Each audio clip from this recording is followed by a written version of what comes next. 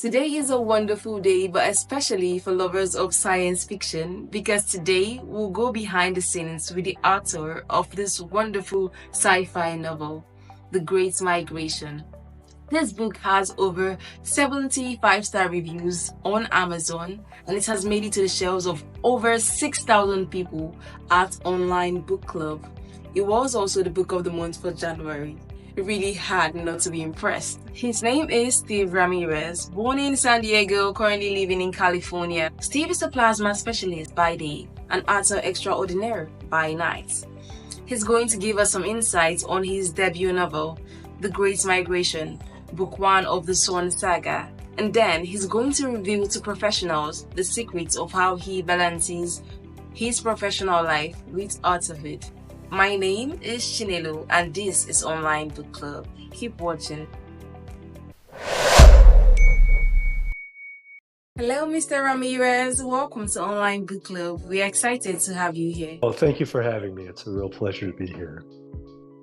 We have to start by talking about how you owned the sci-fi genre with this book by seamlessly incorporating several subgenres into your story.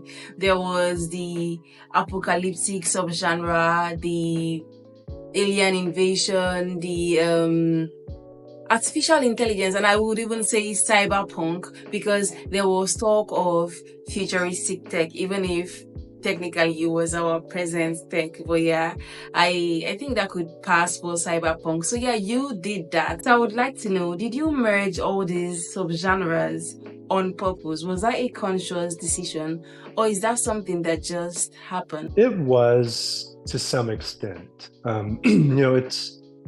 wanted to write an original story, which is very, very hard to do, in modern times, because so many stories have already been written. And everything, if you read enough or you experience enough of these, it's like they're all kind of derivative of whatever came before them. But I wanted to do something, at least in my mind, that was original. And so that was the intent, and for me, having very little experience in writing at that point, what I did was try to pull out all of these different aspects of the things I'd been reading for, let's say 10 or 15 years prior to writing the book. And it wasn't intentional research at the time. Once I decided to start writing, then a lot of my research was intentional. But I had been hearing things about, AI and time dilation and quantum mechanics. These are all topics that are readily available to anybody with a cell phone. And I thought, okay, if I learn enough about these individual things, maybe I can find a way to put them all together, as you said, seamlessly, and then that will enhance the originality of the story. So that was my goal, but a lot of this stuff I had kind of read about. So in the process of structuring the story, I think, oh, that might be an opportunity to talk about this, or because initially the story I had conceived, it was very different than the one that I wrote, but it was more of a fantasy setting with, like magical elements. And I found that I like fantasy genre. I like the fantasy genre a lot. I just didn't want to write a fantasy story. After about a month, I figured that out. It just wasn't my thing to create that kind of story. So I took my foot off the gas and I told my wife, I said, I think I can science fiction this concept, but I had to take some time off from writing to learn about relativity, get the time dilation part right. It was, I have to say that a big part of what went into developing this story was a couple years before I started writing. There was for the first time, humanity had measured like gravitational waves. Like they had a two-site observation system was set up in America. One was in the Northwest and one was in the South Central. And together, when those things came on, they recorded a blip that was a gravitational pulse from the collision of two black holes. And I believe that was that happened. I don't quote me on this. I think it was 2017. And I remember because I had just seen that movie Interstellar, and I remember thinking, my gosh, when those two black holes came into each other, what was happening to space-time in between them? Because that kind of intense gravity can really distort space-time. And I thought, man, can you imagine? Like, it would be almost, I can't imagine any way we could really record that, or measure it, because this happened apparently billions of light years away. But I thought that's an incredible idea. And that kind of became like the core of what was going on, all the mystery behind the Sorn and, what their origins were. That really became the core of it. It's just that high gravity, intense fracturing of space-time, and then I don't want to spoil anything, but that I kind of built on that. And I thought, okay, well, I'll take some ideas from here and some ideas from there, and we'll see if it ends up being readable, so to speak.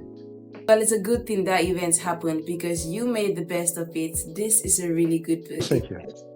Okay, to the next question. Bellona's doubts that the tech Luther was describing to her existed made me appreciate how far we have come as humans in technology, because we have really come very far. So I want to know what inspired you to pattern the advanced Sorn technology after our current technology and, ideas we are familiar with, instead of creating entirely new tech as is very common in the world of science fiction. I don't have a physical science background. I have my undergrad degrees in social science and my graduate degrees in business. So I really don't have the knowledge base within myself to create a new technology, at least not one that would be realistic. So what I did was, go into science blogs and, articles in science periodicals. And I would just read some of the speculative articles about, this is what's happening now. This is what we think it's going to go. And, once I spent a few months doing that, I was like, okay, as long as I just glance on this. My wife has been enthusiastic about me writing a book about the Sorn world. And I'm very hesitant and intimidated to do that, because then it would be, the tech would be all around. It would be part of the environment, which means I would really have to have a clear view of what I'm doing, and I would have to dial everything in. And I got everything prepped enough for the story that we could glance on it, just as kind of a narrative tool, but we never really were immersed in their world. We were only, the world that we were in, as you said, has already occurred in humans' civilization. So I understand what you're saying, but when you go back and if you were to reread that, you'd see that a lot of the speculation or a lot of the feedback about the advanced technology is really common in science forums, and especially in science fiction forums, where people will, it's kind of fun because you take an established concept and then you just kind of run wild with it and say, okay, well, if, it's hard to give an example from the book because I don't want to spoil anything for anybody. But the matter of time dilation, it's okay, well, time dilation occurs because time and gravity, time and space are directly correlated. And space is heavily influenced by gravity, space's fluctuations and its presence. So I could take that concept and create a storyline like the one that occurs in my book. I think I agree with your wife, because when I read a little backstory about the sons, all I wanted to do was know more about their world.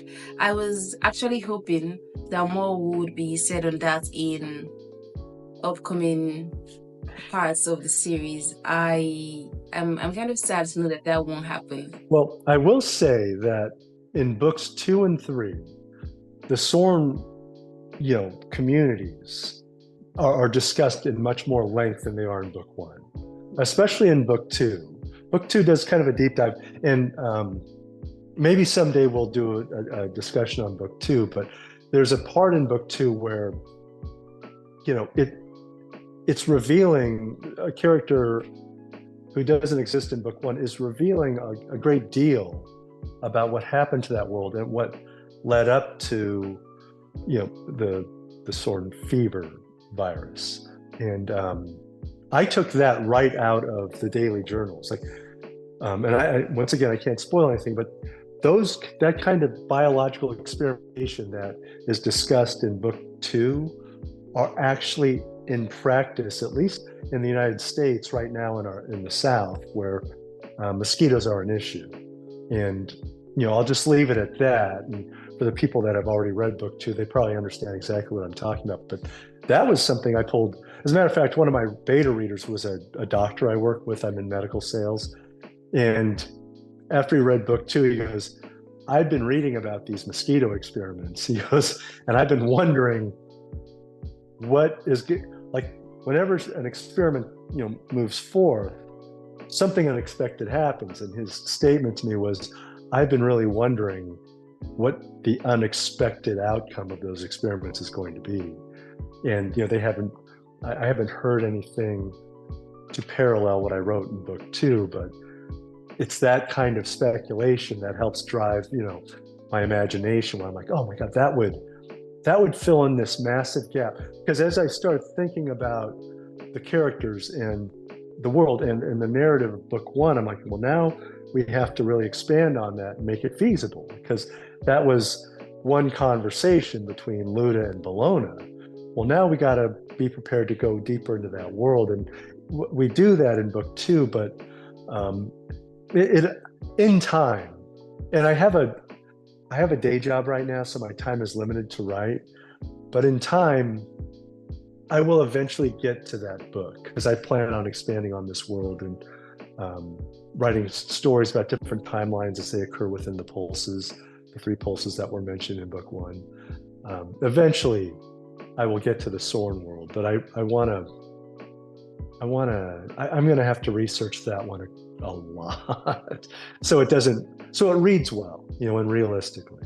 And now that is good news. When I came to the end of book 1, I figured that the events that happened at the beginning at Thunder Valley, the great migration of the Zuni tribe, I figured it was foreshadowing. So is that the case, or will the Zuni and Thunder Valley still play roles further in the series? No, you're exactly right. And whereas book 1 starts and ends in Thunder Valley, it mostly takes place in urban settings. And in book 2 and 3, many of the characters go right back into Thunder Valley. And not just the ones that started out there, like Bologna and everybody else at the end of book 1, the people that survived, some of them go back to Thunder Valley. But other characters are pulled into Thunder Valley for other reasons. And so Thunder Valley becomes, in book 2 and 3, really center stage for the story. Everything that's significant as it pertains to the migrations happens there. And then, of course, the Crystal City remains in focus because, as it was hinted at, there's a religious uprising that's occurring, and that city has been devastated by an attack, which that's not spoilery. It's on the cover of the book, but at the end of book 1, the Crystal City is really, really hurting, and so it picks up right where that left off, and you're kind of in the aftermath of that disaster and how they're handling it. I'm surprised to know it wasn't just foreshadowing, because I was quite sure it was just foreshadowing. So yeah, this is This is exciting information. Oh, no, you're right. You're right about the foreshadowing. I'm hesitant to say anything more because there's a part in book 3 where you yourself will be like, I knew it, like I knew this was going to come around, but I can't tell you what that is because it would spoil the whole thing. But yes, the Bronathirs, not only are they a metaphor for just the natural world and how, no matter what humanity does, the world was here before we got here, and the world will be here afterward. And life will always find a way, unless something cataclysmic, like, the planet losing its atmosphere or something like that, like life will find a way to endure. And that is not an original statement. That's been part of, writing for as long as people have been able to write. But the Bronathir depiction in particular is my metaphor for that. Whereas they're just, there's a line in book 1 where Cortez is talking to Jerica, and he basically says, humanity was just one more small thing getting in the Bronathir's way. And that was kind of, I was like, okay, yeah, that's the metaphor. It's that the Bronathirs are going to continue their migration every year in, year out. They're going to do their Bronathir thing. And if somebody wants to build a town in their way, then they'll just walk right over the town. And if somebody wants to, make a field of crops, then the crops will get trampled in the migration. There's just, unless you can stop the Bronathirs, they're going to continue to do what they've always done. Let's talk about the swans. At first, we know them as rabid, human-like monsters that destroy everything in their paths. But later in the story, we get to know that there is more to them, Was there a specific message or theme you aim to pass across with this contrast? There's an element of mystery to the first book that doesn't exist in books 2 and 3. From the moment that hand is found by the police or the constables, to the initial lockdown that they go into when the council is discussing the potential of an outbreak of Sorn fever in the capital. But I in my mind, and through the course of doing all the research for the story, I went down the rabbit hole of this concept of a multiverse and how it's that idea is connected to the idea of cosmic inflation. And I thought, okay, well, if there are these different, I don't know how you describe, different dimensions of reality that all exist, but never collide under most circumstances, well, perhaps humanity would resemble the Sorn and vice versa, because if they're going to occupy that station of their world at that time, similar to the station that humanity, then how much different could they be from humans? And so that was kind of my idea, where they with a little clothing, they could conceal their identity and walk amongst the humans and never be noticed, without some of the unique characteristics that they have, like their hair color, their eye color, the height kind of thing. But even with all that, especially in a festival setting, you're going to have to really try hard to stand out when there's 300,000 or 400,000 people in a city that are just there for a festival. It's not going to be too hard to go under the wire there. And so that was my idea. It's just, maybe they're like humans, but not exactly. But not too far off either. Okay. This question is about King Cortez. I didn't quite know how to place him. He was presented as a ruler and a father with complex dynamics in both roles. So, how do you perceive this character? Was he a good father and a flawed king, or vice versa? It's funny. As a standalone book, I think Cortez is my favorite character in the first book. And I what I like about Cortez is he's very, to the people that know him, he's pretty clear that he never wanted to be king. Like he only became the king because his wife died. I mean, and that's, right at the start of his story. But he's dutiful, and he understood that, well, I married in. I can't just walk away from this. My kids are not old enough to take on the monarchy or take on the position of, the Moravian, head, Moravian head. But he's dutiful and he's competent and he is intelligent, even if he is not entirely enthusiastic about constantly being barraged with the problems of the day, and especially going into this incredibly challenging time with the threat of the sword and the threat of disease and also the religious uprising.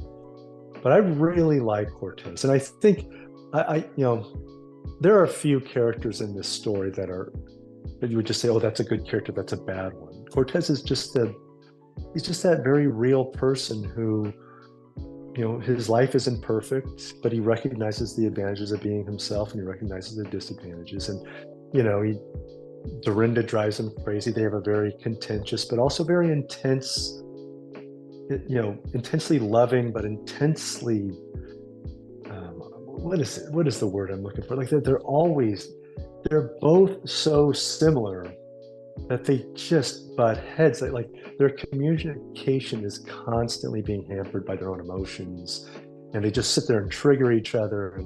But I don't think it's ever in doubt that they're committed to one another, that they love each other. And of course, Dorinda was a surprise, because I came up with her because I thought the character in the early drafts of the story, there wasn't a lot of flavor to it. It was just I was just trying to get the story written, and I figured I'd go back in and add the little nuances of the character's personality. Well, Dorinda was the only character I wrote that was just over the top, and I thought I needed a villainous character to kind of give the story some energy. And she ended up, especially over the course of the 3 books, she ended up, because at one point I had to say, okay, well, yeah, she's acting like this, but why? I have to justify her behavior. Like, it can't just be she's entitled, because there's a lot of entitled people out there that don't wreak havoc on everybody that gets near them. Dorinda was like a little terror, everybody was scared of her because of her clout and because she was physically imposing, because she had been trained to fight and all that stuff. And so getting back to Cortez, I just like the way he navigated. It wasn't perfect. He didn't do anything perfectly, but he never gave up, and he never showed his despair, in front of the council. He never showed weakness, not because he wasn't feeling weak or scared, just because he was the king and he understood that. He said, I've got to do the job. If you added Dorinda's bring energy to the story, then you executed that perfectly, because she did bring energy to the story. That girl, I had a mixed relationship with her. If I did my homework correctly, then you are a plasma specialist in genetic disease. Am I right? Yes. Okay, this might sound a little narrow-minded, but I've always believed that people's jobs reflect, or rather affect, their personalities and their interests. But you writing this book alone seems to have debunked my theory, because in my opinion, it has nothing to do with plasma. So how did you become interested in science fiction? What sparked your interest in science fiction? That's right. You're exactly right. And earlier in the interview, I mentioned that I started out with a fantasy story and I had to switch it to science fiction. And I think it's just because it's my nature. Like, if I'm responsible for telling a story, like I want to justify the story fundamentally. I want even if it is an outlandish concept, which a lot of science fiction is, that's what makes it interesting. I want it to be based in reality. And I couldn't do that in a fantasy setting because fantasy implies fantastical elements like, magic and all this other stuff. And that's why I switched it to science fiction. But yes, you're right. In terms of the genetic aspects of the Sorn, the genetic engineering and all that, there's a technology that you may be familiar with. The acronym is CRISPR, and that is it's gene splicing and intentional gene splicing to correct, DNA at the genetic level.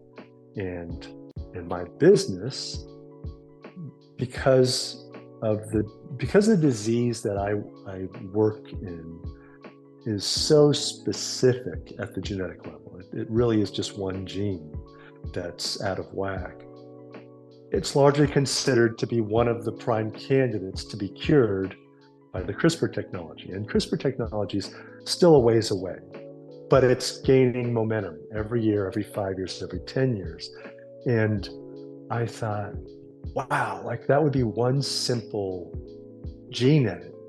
You really, the gene, like on each side, you're looking at amino acids. Those amino acids are comprised of 3 nucleotides. Usually it's just one nucleotide that's out of place. And I thought, one nucleotide could change a person's entire life that has this disease. What if we figured out a way to just greatly enhance our ability to repel viruses, or and then of course your mind can just start going at that point, like, well, what can't we do once we get a handle on this? And that was where a lot of the Sorn, their characteristics came from me. I thought, well, let's just imagine it all the way, that we have full command over this, and that maybe the Sorn genome is just so robust that they don't even have to gene edit anymore. Maybe everybody's genes are just so perfect that they're having kids that are totally healthy, ready to live a long time, ready to live with minimal food and water. Because as you'll see if you continue the series, the downside to curing so many, the potential downside to this kind of genetic engineering, where we're removing disease from the commonality of human life, where we're lifespans are increasing, this kind of thing, is that human population could become a major problem. And in books 2 and 3, it goes into that and why the Sorn lived the way they did, and why there was considerations made to how much food they could get by on, or how much water they could get by on, these kinds of things. Every time I considered some element of the story, it would just add to every element of the story and make it feel more real. And the challenge was just getting all of that into, my 400 or so pages. Okay, I'm actually quite pleased to know that I was somewhat correct. All right, do you have any advice for other plasma specialists, or rather just other professionals in general who are trying to pursue writing as a creative outlet? If I am a professional and I want to write, how do I balance that with my professional life? Well, for me, my territory, because the disease I work in is very rare, my territory is very big. So I spend a lot of time driving, and I spend a lot of time in hotels. So the way it worked out for me is I would listen to podcasts or audiobooks on the topic I wanted to learn about, to apply, what I've learned to the story I was writing. And I'd spend the whole day just taking notes, on the side and stick-it notes. And then when I got to the hotel that night, I would take all my notes and compile them, go through them, see if any of it was relevant to what I was trying to do. But I would spend my hotel nights writing. So for me, I got oriented to, when I was driving, I was doing research, or I was working through the chapter I was writing. Like, what if I take it this way? What if I take it that way? Like, considering all of my narrative options and where they were going to go in the immediacy of the chapter, but then also where they could potentially go long term for the story and the series. So I had a lot of time to think about these things. And I think it made the writing process more efficient. Now, to get books 2 and 3 done on a manageable timeline, I started writing on the weekends and at nights. I got a little obsessed with it till the whole thing was done. But my life got pretty out of balance because my job is demanding. Now I'm back to just writing for fun. And but as I said, I'm working on expanding the world. Right now I'm doing a prequel to the story because after the series was written, commonly people would just be like, you should write a story about when they were going around the valley, like Bologna's trip around the valley. And I thought, that's a really good idea. So once I got that idea in my head, I was like, okay, that'll be the next book. But for me, my big advantage is that I don't have children. And I think that, children are, there's so much time required and energy to apply to them. I think if somebody were to be a professional and a parent, but they still had that strong desire to write a story or to get into writing, then I think the first thing you would have to do is sit down with your partner and say, listen, this is what I would like. Let's figure out how much time each week I can dedicate to this in isolation. Whether it's 2 hours or 3 or 10 or whatever, everybody's situation is going to be different. But I think if you don't have that conversation, there's nothing but fights and conflict awaiting you. But make it clear to everybody, the kids, if they're old enough, and your partner, I just want some time to do this. And if you only come up with an hour, then make that hour count. You can accomplish a lot in an hour. And there's a lot of, I went to YouTube for a lot of this. And I would watch videos on people. This is how you write fast, or this is, how you do your research. There's a YouTube video for all of it. And I'm not saying they're all right, but if you start to watch enough of those, or you read enough books, like I read Save the Cat. There's a book on how to write. I think it's called Save the Cat. God, it's funny, I'm forgetting the name of it. But there's a lot of information out there, just waiting for you to partake of it and, enhance your knowledge base. But really, unless you're like I was, where, my wife works a lot, I worked a lot, I had a lot of free time. It was easy for me to find the time to write. And that meant it was easier for me to experiment a lot in my chapters. Like that first chapter, I literally wrote that chapter and rewrote it 36 times because at the start of this whole thing, I didn't know who the main character was going to be. So I would write the chapter over and over, try a different character, in there. And when it came down to it, and my idea of what the 3-book story would be, I thought Bologna was going to be the best protagonist because she had the most gradual character arc, but she's always developing. Like Luda in the first couple chapters, he's a fully developed character. Like he's at the top of his game. He's watching out for everybody. His knowledge base is, it's complete. Physically, he's complete. So I thought, well, unless I'm going to make the story about Luda helping all these people who need help, that's not what I wanted to do. I wanted somebody to grow, and I wanted somebody who had the need to grow. And that's when I started to develop Bologna's backstory, and which is not terribly evident in book 1. But by the time you get to book 3, a lot of her backstory comes into conversations that she's having. And it's a stressful thing for her because her childhood wasn't great. It was great in some ways and terrible in others. And that's what makes writing the prequel so easy, because I've already got it's funny, I built a lot of little factoids into that first book that nobody knows about except me. Like, and it's all going to come out in the prequel. And there's these little things that were mentioned, like, well, we had this many people when we started, then somebody died, and then we had this many, and that was the only thing said about it. But that's going to be a big part of the prequels. Like, well, who was that person? Why were they there? And how did they just lose them and move on and be better for it? Like, these are things I created in my head just to make it seem more intriguing and realistic in book one, without ever thinking I would write a prequel.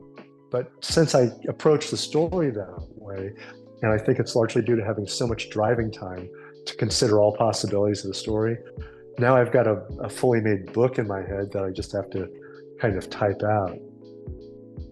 Organize everything, discuss with your partner. I think that's really important, solid advice. I wasn't quite sure Bellona was the main character, so I'm happy to know that going forward, we're going to hear more of her and her backstory. It really became about Bellona and Dorinda. Like, they have the best character arcs over the 3 books. I don't think, if you continue to read, I don't think you're going to see Dorinda. Like, I don't think you will have been able to predict which way she goes. Because I really thought about it. I mean, I really thought about it. And I really thought, like, when earlier I'd mentioned, okay, she's behaving horribly. Well, why?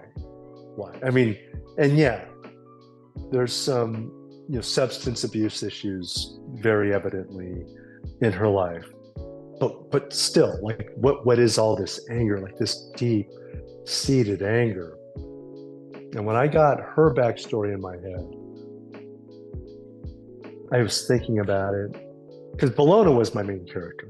And I'm not saying Bellona has to be everybody's main character, but Bellona dominated my thoughts. And when I started thinking about Dorinda, I thought, well, okay, but why? And I kept saying, why is she acting this? Why? And then I had an idea that was immediately followed by another idea as to how to kind of bring it to light. And luckily, I have a friend who's a psychologist, and he gave me a lot of his time. I said, hey, look, this is what I'm thinking. Like, how does this play out? This type of trauma, how do you see it play out in your office? And he told me, he said, it's not like in the movies where something triggers a memory and all of a sudden they remember their whole childhood.